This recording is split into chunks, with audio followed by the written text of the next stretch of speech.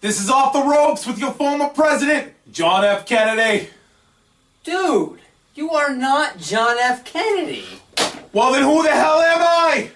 I told you this last week. You are John Made. Oh. Well, then I'm John Made. Welcome to another edition of Off the Ropes. I'm John. And I am Josh. Now today, we wanted to talk about something. We want to talk about the horrible status of the WWE Tag Team Division. I don't get it. You got Team Hell No. You've got Santino, Zack Ryder. What happened to traditional tag teams like the Hardys, DX?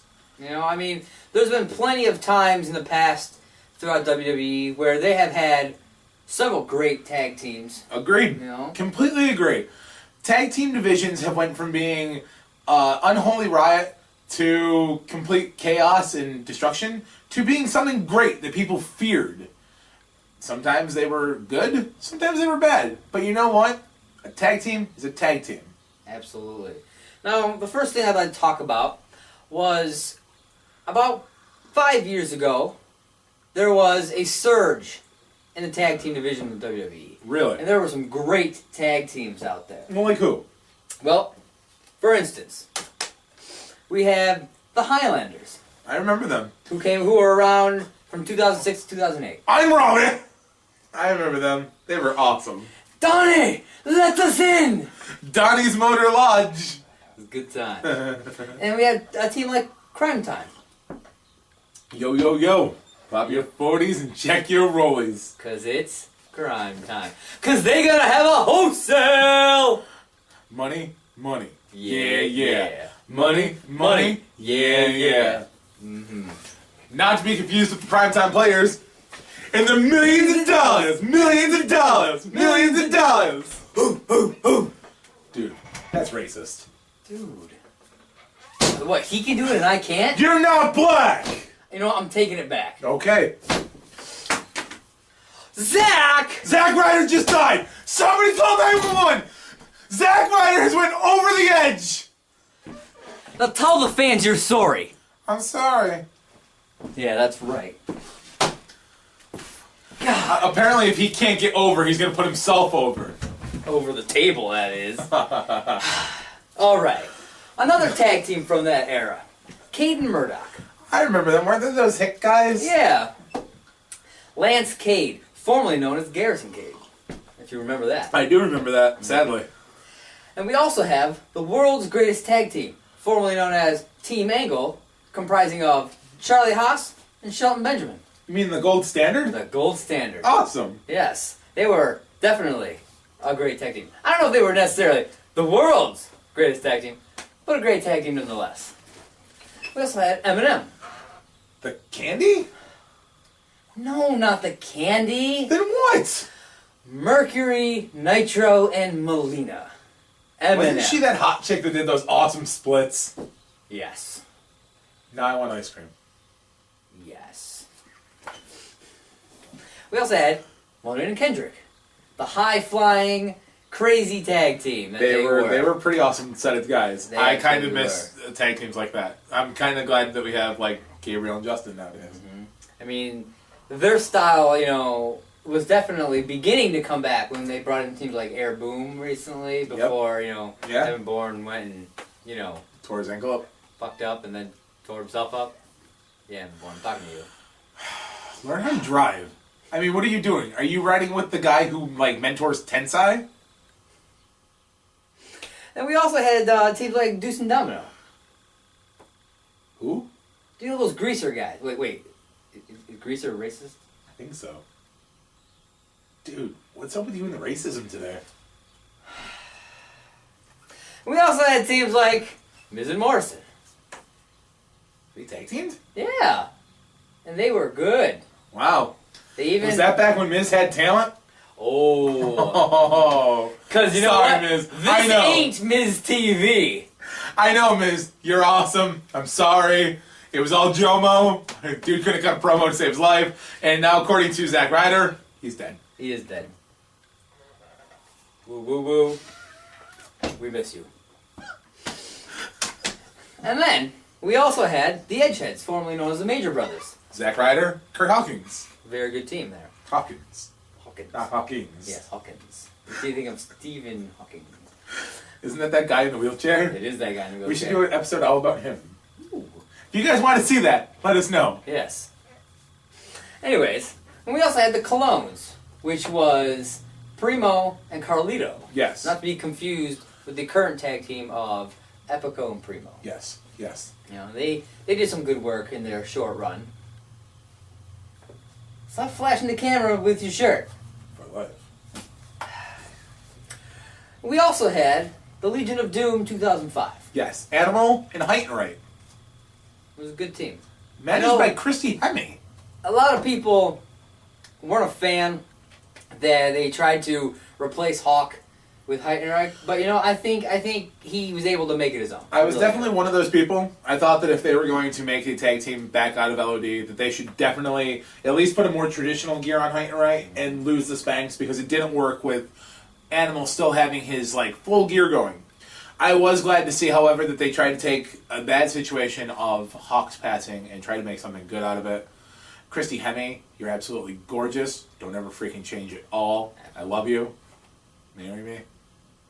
Were you cheating on Mickey James already? Mickey won't call me back. I can't do nothing if she won't call me. As a matter of fact, I got something in the letter, or the mail, with some kind of letter, said something about restraining order, 100 feet. I don't know what the hell that's Is this about. from those pictures? I didn't send those pictures, okay? I don't know what you're talking about. Continue on.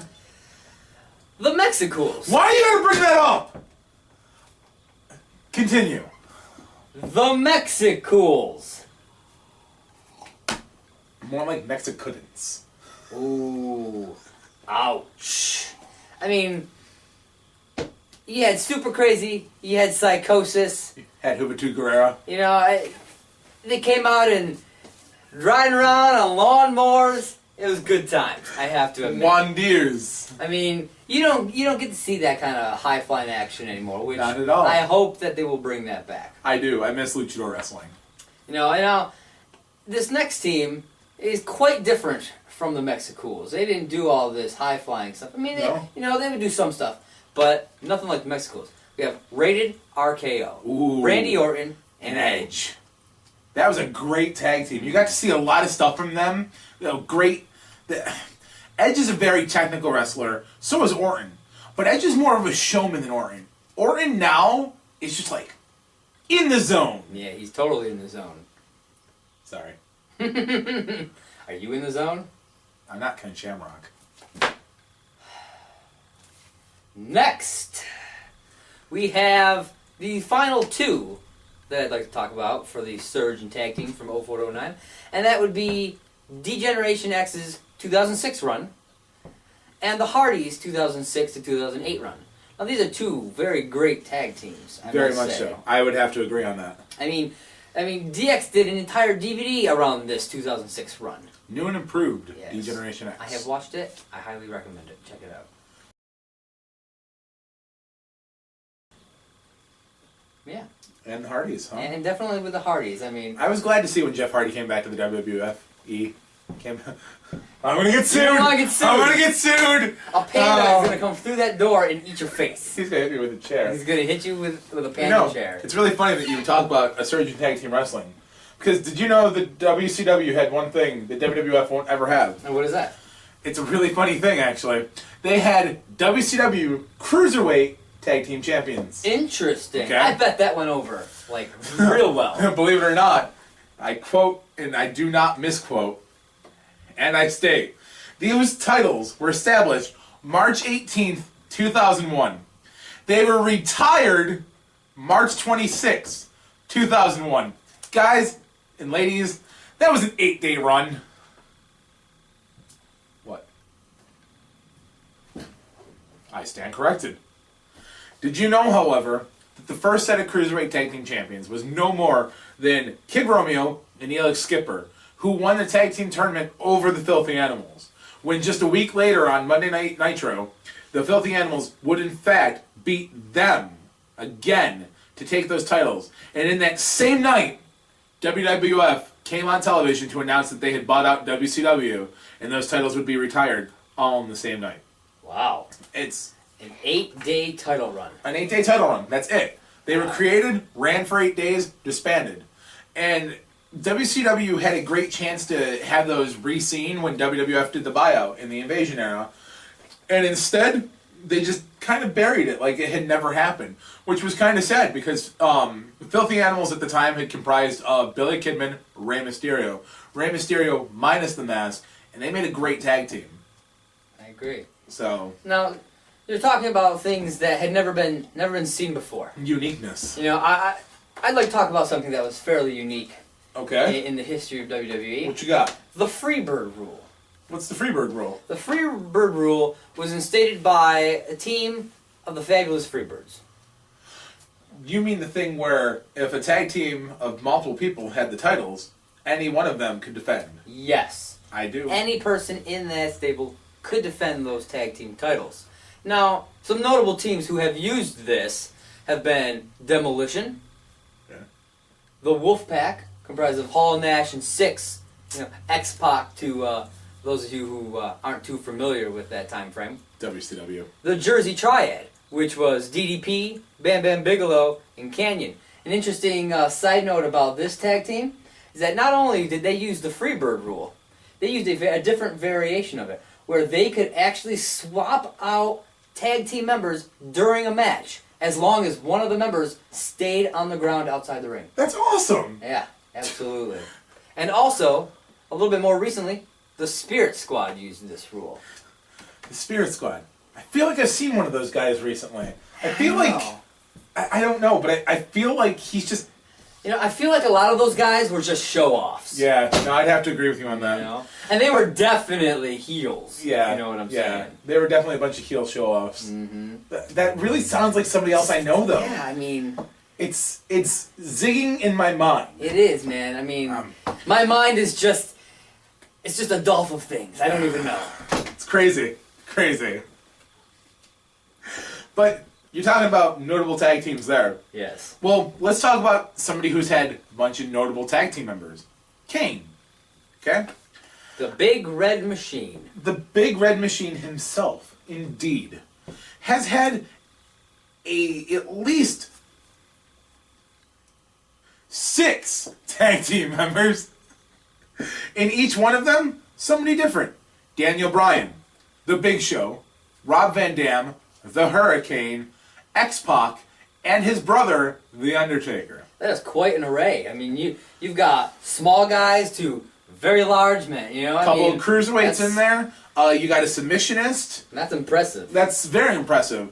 Now, as much as Kane has had all these tag team partners, I would like to raise a question. Can anybody be tag teamed with Kane and just become an instant success? That's a great question. I mean, when you really think about it, all these people have been tag teamed with him, and at least half of them have held tag team gold. So, I mean, it's an interesting little thought process, and that's something to be thought of. I mean, him and Debra, I mean, look at their stupid name, for crying out loud. Team Hell No! Yeah. Team Hell No! Sorry, I won't melt down today. Won't melt down. I mean, if anything, it should be Team Hell Yes. Don't even get me Which started. brings me to my next topic. Hell yes. Teams that formed from and into factions. And I'm going to start off with one great tag team, two-man power trip. What? Two-man power The trip. Boss Austin and Triple H. You know it. Oh, man. I mean, this team formed out of the McMahon Alliance, which, as you said, was Vince McMahon, Triple H, and Stone Cold Steve Austin. Yeah, I'm sorry I stole your thunder on that one. That's okay. I just I'll forgive you for that. So, and they had a real interesting run. I mean, you have two high in the company powerhouse, wrestlers with Triple H and Austin. Well, you just figured. Running rampant and being led by none other than Vince McMahon. The man calling the shots. I mean, you figured. Not much before the McMahon Alliance, you had the Helmsley McMahon Alliance. Or maybe that came out of that. I don't know. I'm a little rusty on my days. This is why we need our historical liaison. yes. Our aficionado, which I don't know what he's been doing, but Something He about... still hasn't shown up yet. I mean, it's just us here. We've had the invite open to him. He's just busy. Yeah, so maybe next time. I don't know. We'll see. Another tag team that formed from a stable was Sting and Luger. Yes, out of the Wolfpack, as a matter of fact. They had tag teamed a couple of times previously. And, I mean, we're talking like Surfer Boy Sting had tag teamed with Luger. They held the tag team championships. Went into the Wolfpack, where Sting would later on beat the Giant for a claim over the tag team titles. And Sting could therefore use the Freebird rule to name anybody he wanted as his tag team partner, which had went between Nash, Macho Man, and Luger, who he would come out of the stable with a few times to tag with again. Yes. And then we also have something a little more recent, Gabriel and Slater. Justin Gabriel, Heath Slater, from the Nexus. Heath Slater? Yeah, Heath Slater. Isn't he that one-man band? Well, he's the one-man band! Now he's a three-man band. He's a Man, is he in the alley with the other two guys? He might be. But, I mean, they formed into Nexus and eventually moved on to the Core. Yeah. You know? But however, after that, they kind of went off and did their own thing. And you got Gabriel now, you know, with Tyson Kidd, so... Yeah, which is a great tag team. I think they're going to do well together. Now, as far as teams that formed into factions, Yeah? I would like to start with Priceless. Okay. Cody Rhodes, Ted DiBiase Jr. Well, who did they form into? They formed into Legacy. With Randy Orton? And Randy Orton Okay. joined, you know. Okay. We also have The Outsiders, Hall and Nash, who joined with Hulk Hogan to form... become the NWO. Once again, I mean, he's flashing his camera all over the joint today. And then finally, the New Age Outlaws. The New Age Outlaws, who joined up to form DX. Well, don't you think you should tell them who the New Age Outlaws Why were? don't you tell them? Billy Gunn and Road Dogg Jesse James. Sorry, I almost called him BG James there for a second. They were the New Age Outlaws. Notable feud with Chainsaw Charlie and Cactus Jack. A dumpster match. An interesting Extreme Team match. I agree. Well, since I stole your thunder on the whole two-man power trip and stuff, why don't you bring me into my next topic from yours? Well, we just talked about a couple of great teams, NWO and D-Generation X. So, without further ado, take it, Johnny! I'd like to talk about the NWO for a second, and the tag team that had formed into. Now, there's a few things the people didn't know about the NWO that I feel they should. Like, how Hogan, Hall, and Nash came to be. The story of Scott Hall coming out and making the announcement of, you know who I am, but what you don't know is why I'm here. A lot of people to this day still didn't know that that was a work. They thought that he was literally coming in to invade from WWF. Hulk Hogan having his first heel run pretty much ever that I can remember, and dropping the leg on Macho Man at Bash at the Beach, and proclaiming that this was a new world order. This was going to be something new. All the black clothing, all the beating people up. Did you know that on one episode of Monday Night Nitro, the NWO onslaughted most of the locker room and took it to the parking lot, which had never really been done, and beat up Rey Mysterio, Eddie Guerrero? I remember Dean Malenko being laid out. Rey Mysterio sadly got pole vaulted into the side of the production booth by Kevin Nash. Woo! I mean, he was just like up and bing! If we can find a clip, we'll be gladly to put that in there. I can't promise you that we'll find that clip. Apparently the Raven Jeff Hardy clip is a hard one to find. So we'll try to stay with more mainstream clips. But later on, out of the NWO, you would see like the NWO Hollywood, the NWO-B. You had the black and white. You had my favorite, which was the Wolfpack. Forever down with the black and red. Because you don't turn your back on the Wolfpack. You had so many separate NWO factions, the NWO would come back. And if you're not down with the NWO, I've got two words for you. Steal my thunder. For life. Which actually brings me into my next topic. D-Generation X and the facts that they had two words for you as well.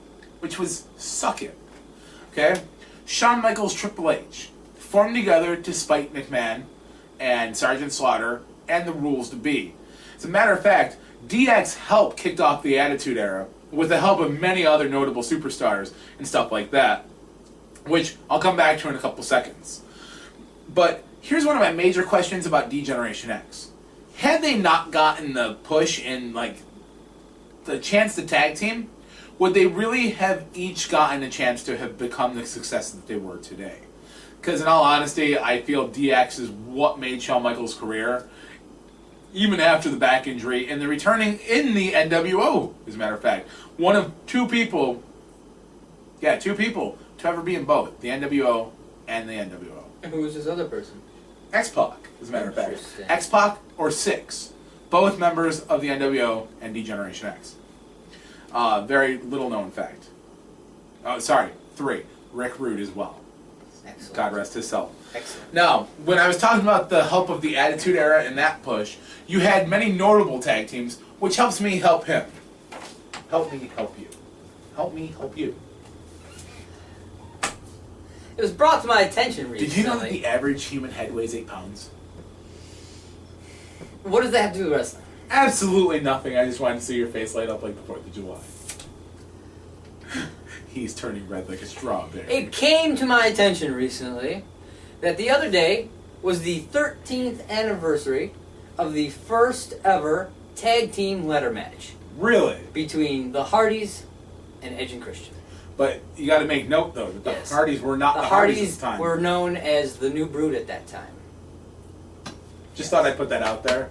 If you're going to get your facts right. I'm sorry! You know what? Why don't you flash the camera again? I need a minute to think about this. Sounds like somebody else would have said that.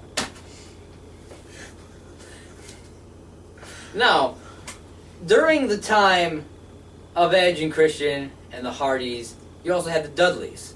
And these 3 teams together, they put on some amazing matches. They came up with one of the best matches ever.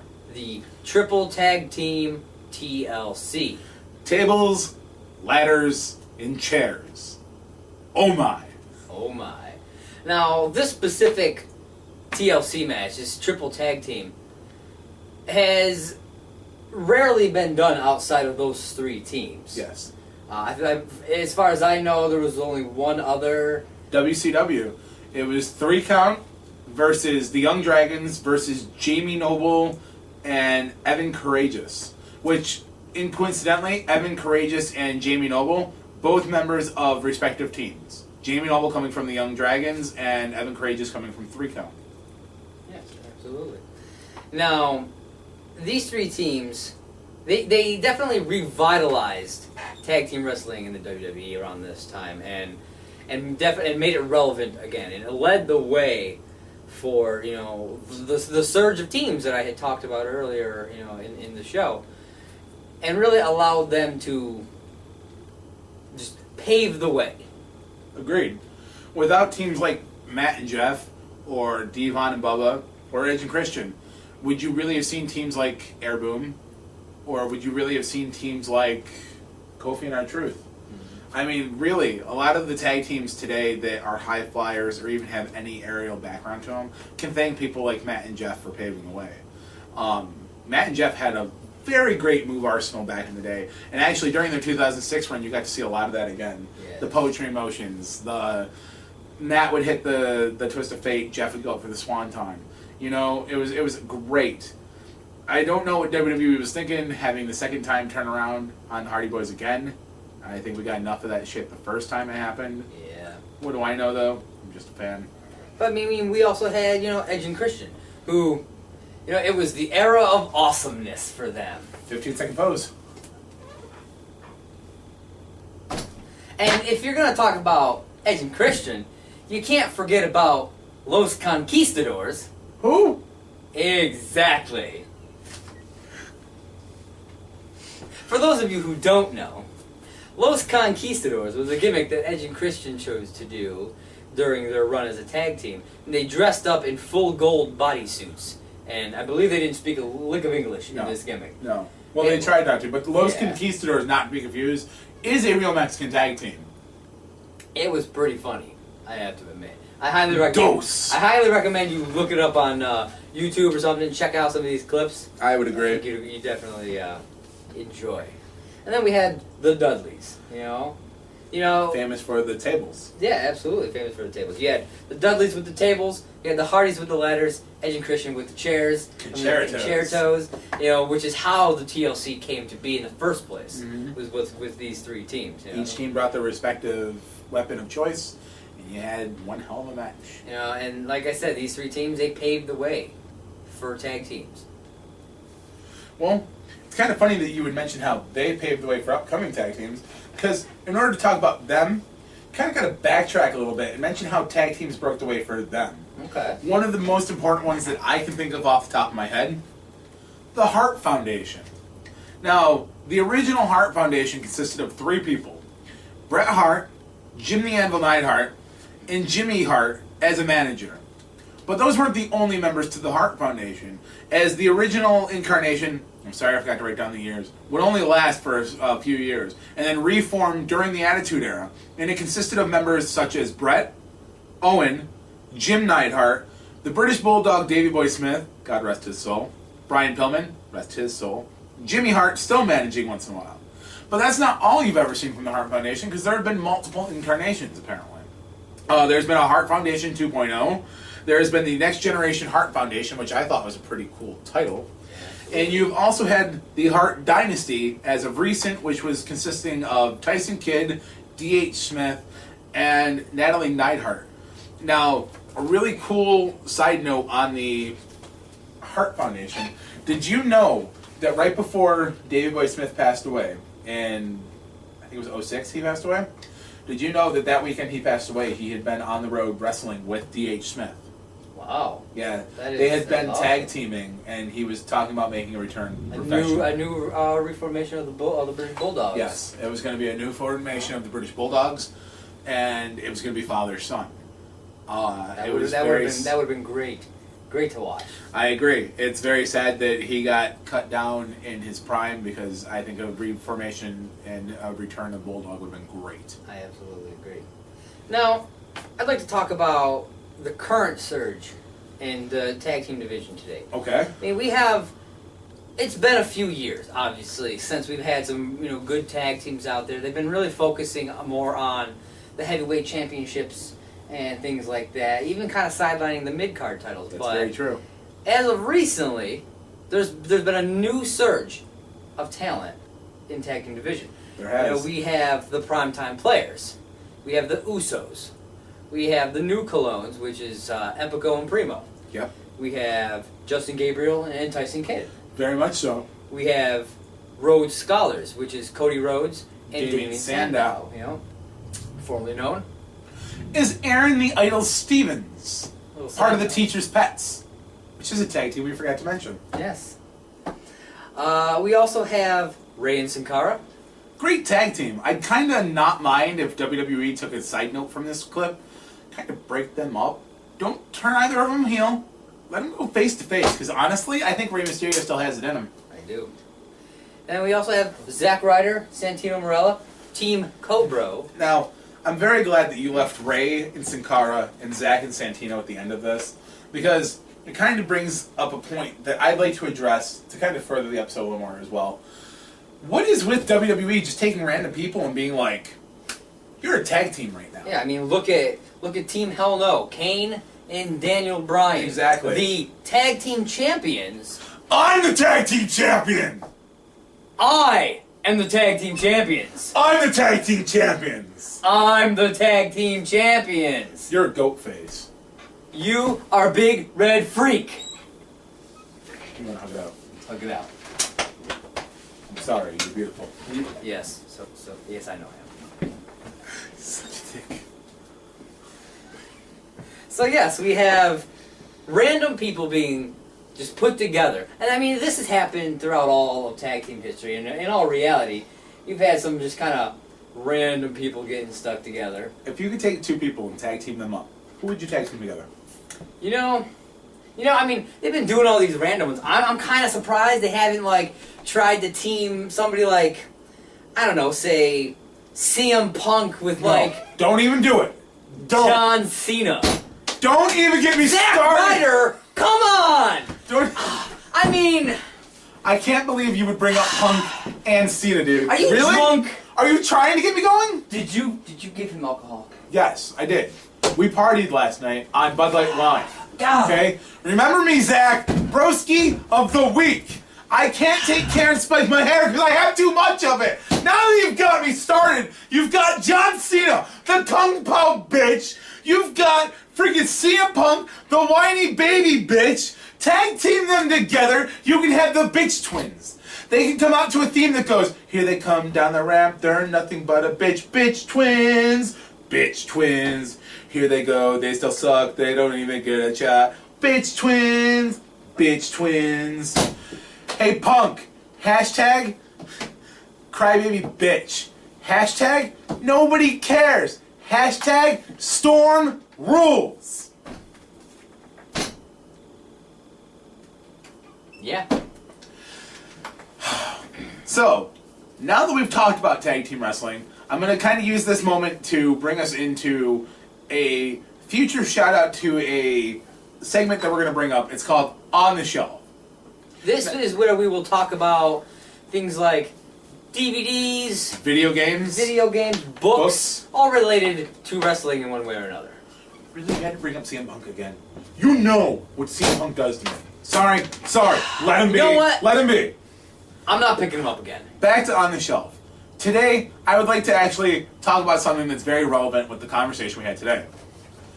LA Powers, the world's greatest tag teams. Okay? This is a, I believe, 3 DVD set, and it spans some of the greatest tag teams in all of WWE, AWA, NWA, WCW, WCCW. Spans from people like Terry Blanchard and Tully Blanchard and Lex Luger to D-Generation X, The Outsiders, Harlem Heat. You have the New Age Outlaws. You have the Rock and Sock Connection. You know? The Rock and Sock. Yeah, man. Rock and Sock. Mick Foley and The Rock? Yeah. They tag teamed? Oh, absolutely. What? Rock and Sock. I gotta watch this. Now, wait, we're in the middle of the show. Never mind, I'll watch it in a couple minutes. Where were we? Well, now that we've talked about this, I'd like to end on something interesting. Oh, better not be CM Punk again. I will punch you It's so not hard. CM Punk, but it is another great superstar. We have another edition of 3 Questions With. Is this what I think it is? It is. Today, we interviewed none other than Goldberg. Well, you interviewed Goldberg. I was chained at, the place. But yes, stay tuned and watch our interview with Goldberg. This is another edition of 3 Questions with John and Josh. I'm here with Goldberg. Which one are you, John or Josh? I'm Josh. My first question. What'd you do, eat, John? No, you had to work today. Nice, go. If you could go back and change one thing about your WWE career, what would it be? Go, sir. I would have had the Hogan match on pay-per-view. Alright. Yeah, because it was, at the end of the day, it was great for free television for wrestling fans, but I think WCW missed a huge opportunity. I agree. My second question. Some people have said that Ryback is the next generation Goldberg. What are your thoughts on this? I just wish for him that they'd give him some type of original character so that there wouldn't be the comparisons. I'm always flattered, and anytime somebody chants my name, it's an honor, but it's just, I wish for him to have success on the television. Alright. And finally, rumors have been running rampant for years about you making a return to the ring. Have you ever thought about making a return? And if so, do you want to go back to WWE or somewhere else like TNA or back to Japan? Oh, I'd love to go back to Japan. If it was up to me, I'd go to Japan tomorrow. Though I'm 40, coming up on 46 years old, I still think I can pick the giant up and jackhammer. Matter of fact, I know I can. So, I got a 6-year-old, man. So have I considered it? Absolutely. Am I close to doing it? Absolutely. That was a pretty good interview. That was phenomenal, dude. I can't believe he looks fucking huge sitting next to you. And the fact that he accused you of eating me, absolutely hilarious. Now, I'd like to apologize because the beginning of the video it was a little noisy, so I had to put some subtitles in there for that first question. But I hope you all enjoyed that interview. I think that was a phenomenal interview. Can't wait to see a couple of the other ones coming up. We do have Matt Hardy coming up soon, Hacksaw Jim Duggan, Absolutely. and we're still trying to get an interview with none other than big time Bill Collier. He is elusive. You know, I almost had an interview with him at ESW when we got Matt Hardy and Hacksaw. But, at, you know, at ESW's WrestleBash? at WrestleBash, you know, great show. But when I turned around trying to get the interview, he just disappeared. It was weird. Interesting. He was there. We'll get him. I did, though, however, get it confirmed. We will be having none other than Ish Jones in one of our future interviews. Yeah, that's awesome. Absolutely. Ish, great indie wrestler. Yeah, I have yeah, to you say, got. that guy is going places. Yeah, he's got talent. However, Batman sucks, dude. Hashtag crybaby bitch. Well, that about does it for another episode of Off the Ropes with John and Josh. Yep. Like us on Facebook. We're still using Facebook. Follow us on Twitter. I don't use Twitter. And please subscribe and comment on our YouTube channel. I don't know how to activate that. Well, it's a good thing I take care of this stuff. There you go. This has been Off the He's Ropes. the brains, and I'm the looker. The looker in Windows, maybe. Oh, what am I? MX Ricano? He's nowhere to be found. He's probably off with Rico. He probably is. And this has been another episode of Off the Ropes with John and Josh. We are down for the count. 1, 2, 3.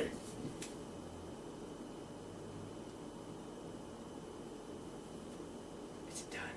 I don't know. Does the red light mean it's on or off? I'm not sure.